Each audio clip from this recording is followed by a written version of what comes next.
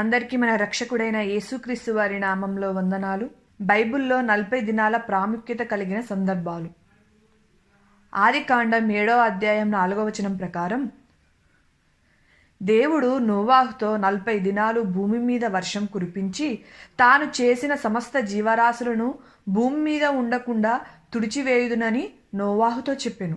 ఈ విధంగా దేవుడు ఆకాశ తూములు విప్పి 40 దినాలు ప్రచండ వర్షము భూమి మీద కురిపించెను. మరియు రెండవ సందర్భాన్ని ఆలోచించినట్లయితే యాకోబు గారు మరణించి తన స్వజనుల యొద్దకు చేర్చబడినప్పుడు ఆదికాండం 50వ అధ్యాయం 2-3 వచనాల ప్రకారం యోసేపు సుగంధ ద్రవ్యములతో తన తండ్రి శవమును సిద్ధపరచవలనని తన దాసులైన వైద్యులకు ఆజ్ఞాపించెను. గనుక ఆ వైద్యులు యాకోబును సుగంధ ద్రవ్యములతో సిద్ధపరిచిరి. సుగంధ ద్రవ్యములతో సిద్ధపరచబడు వారి కొరకు దినములు సంపూర్ణమగునట్లు అతని కొరకు 40 దినాలు సంపూర్ణమాయెను.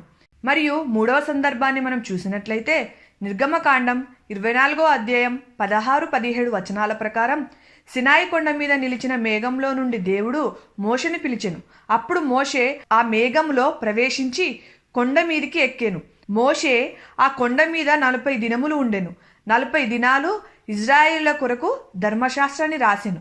కానీ నిర్గమకాండం 32వ అధ్యాయం 15-19 వచనాల ప్రకారం మోషే శాసనములు గల 2 పలకల చేత పట్టుకొని సమీపింపగా ఆ దూడను వారు నాట్యమాడుటను చూచెను. అందుకు మోషే కోపము మండెను. అతడు కొండ దిగువను తన చేతిలో నుండి ఆ పలకలను పడవేసి వాటిని పగలగొట్టెను. అందువల్ల మోషే మరలా మునుపటి వలె అన్నపానములు మాని 40 దినాలు యెహోవా సన్నిధిని సాగిలపడెను. అది ద్వితీయోపదేశకాండం 9వ అధ్యాయం 17-19 వచనాల్లో చూడగలం. ఈ విధంగా మోషే గారు ధర్మశాస్త్రంలోని శాసనాలు వ్రాయడానికి 2 సార్లు 40 దినాలు అన్నపానములు మాని యెహోవా సన్నిధిని సాగిలపడెను. అలాగే 4వ సందర్భాన్ని మనం చూసినట్లయితే మోషే గారు కనాను దేశమును సంచరించి చూచుటకు 12 గోత్రాల నుండి 12 మందిని పంపుతారు. అప్పుడు సంఖ్యాకాండం 13వ అధ్యాయం 25వ వచనం ప్రకారం ఇజ్రాయేలులు 40 దినములు ఆ దేశమును సంచరించి చూచి తిరిగి వచ్చిరి.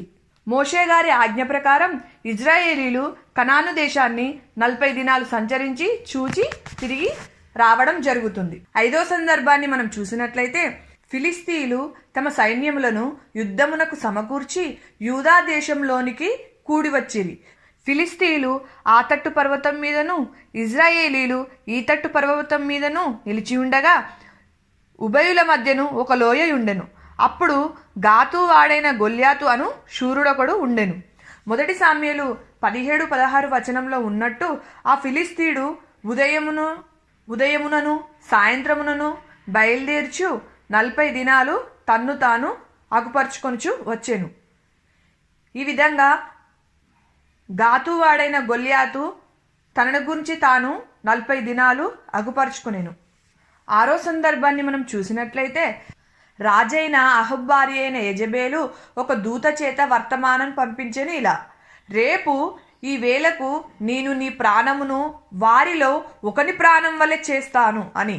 అప్పుడు ఏలియా గారు 1 రాజులు 19వ అధ్యాయం 8వ వచనం ప్రకారం అతడు లేచి భోజనము చేసి ఆ భోజనము బలము చేత 40 దినాలు ప్రయాణం చేసి హోరేబునకు వచ్చెను. ఈ విధంగా ఏలియా గారు యెజెబెలు పెట్టిన భయము చేత 40 దినాలు ప్రయాణం చేసెను.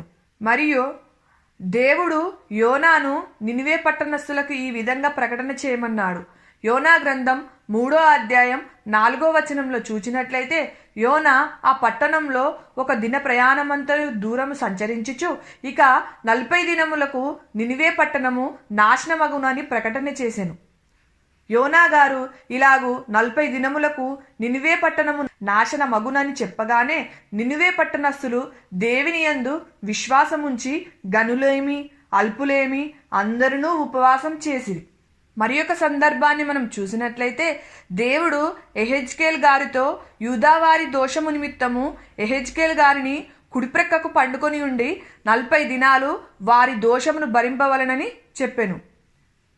యెహెజ్కేలు 4వ అధ్యాయం 6వ వచనం. ఈ విధంగా యెహెజ్కేలు గారు యూదుల దోషము నిమిత్తమై 40 దినములు కుడి ప్రక్కను పడుకొనెను.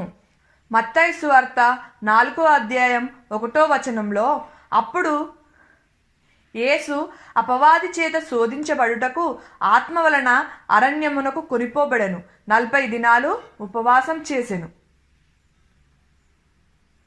ఈ విధంగా యేసుప్రభు వారు 40 దినాలు ఉపవాసం ఉండి అపవాది చేత శోధించబడి అపవాదిని గెలిచెను. అలాగే యేసుక్రీస్తు వారు మరణించి 3వ దినమున తిరిగి లేచిన తర్వాత 40 దినములు గలిలయ మనుషులకు కనబడెను. ఈ విషయాన్ని వైద్యుడైన లూకా గారు వ్రాస్తూ అపోస్తుల కార్యములు 1వ అధ్యాయం 3వ వచనంలో, ఆయన శ్రమపడిన తర్వాత 40 దినముల వరకు వారికి అగుపడుచు దేవుని రాజ్య విషయముల గురించి బోధించుచు అనేక ప్రమాణములను చూపి వారికి తన్ను తాను సజీవునిగా కనపరుచుకొనెను.